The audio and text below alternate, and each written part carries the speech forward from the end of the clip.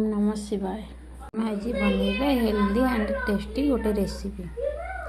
Limb कड़ को बाछिकी ताको साइड कर रखीदबा। कड़ई गरम करवा। कड़ई तातिला पर किछि तेल ऐड करवा। तेल टिके तातिला पर से सुखिला लंका पकेबा।